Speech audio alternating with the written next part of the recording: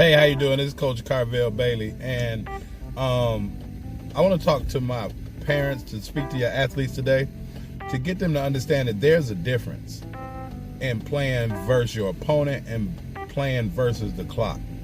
See, it comes a certain point in time in the game where you're no longer playing against the opponent. You're actually playing against the clock. And what I've noticed as I've been out watching basketball games, playoff time now, March Madness, all of those things, players are not understanding what we call clock recognition. Because again, at some point you stop playing the opponent and now you're playing against the clock. And here's what I mean, right? Knowing and understanding, if it's in college, the shot clock, but more so knowing and understanding the foul count, knowing and understanding how much time is on the clock. Now, I'm not talking about stalling the basketball, because that's what coaches have to make that decision if they're going to hold the ball. I don't really believe that's a good strategy or a good tactic anyway, but players have to understand, if the foul count is 6, then they should be attacking the basket when they get the opportunity. Why? Because the next foul, 7, now they're in the bonus. The same thing applies for when the foul count is 9. Why? Because they're already in the bonus 1-1, but now foul count is 9. You should be attacking even more, because now that next foul is the double bonus and you're shooting 2 free throws. And so it comes a point in time in which players have to understand, are we rushing and speeding things up and we have the lead, or are we taking our time and running our offense, our continuity, whatever that may be, and now making the defense become a little bit more aggressive so that then those fouls can continue to add up.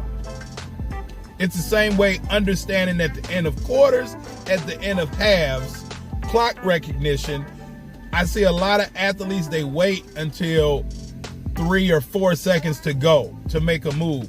Well, now you're only going to get one shot, right? They're not putting themselves in position to not only get a good shot, but also give their teammates and themselves the ability and the opportunity to get a rebound for a tip in, a putback, or extra possession throughout that time. So at the end of games, in the quarters, I see a lot of athletes, they'll hold the ball 20 seconds, and now they want to start going at about 3.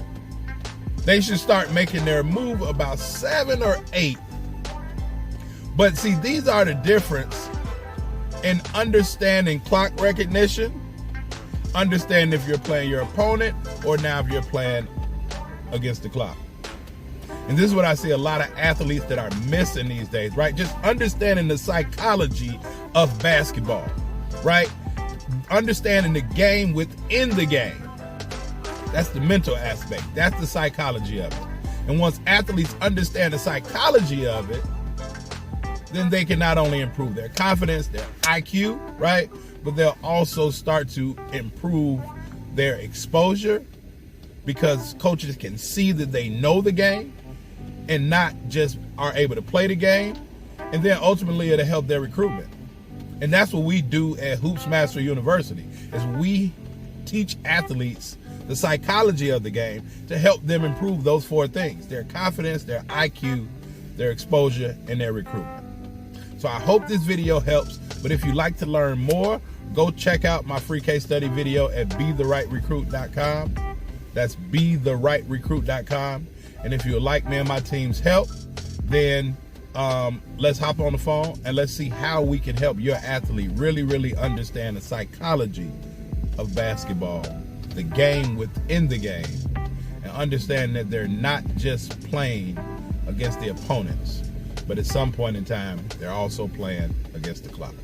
All right, Coach Carvel Bailey, talk to you a little bit later.